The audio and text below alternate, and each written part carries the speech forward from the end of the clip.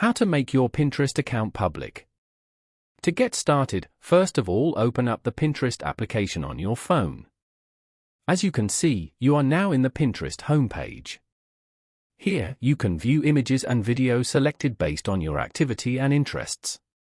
This includes pins from accounts and boards you follow. On this page, go to the bottom panel and tap on Saved. Over here, you can view all your saved pins and the boards they are saved to. Go to the top left corner and tap on your profile. Then, select Profile Visibility. From here, you can manage how your profile can be viewed on and off Pinterest. Now, turn off the Private Profile option.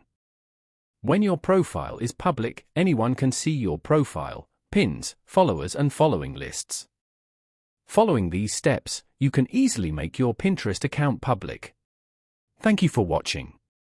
Please leave a like if this tutorial helped you, or leave a comment below if you have any questions related to the video.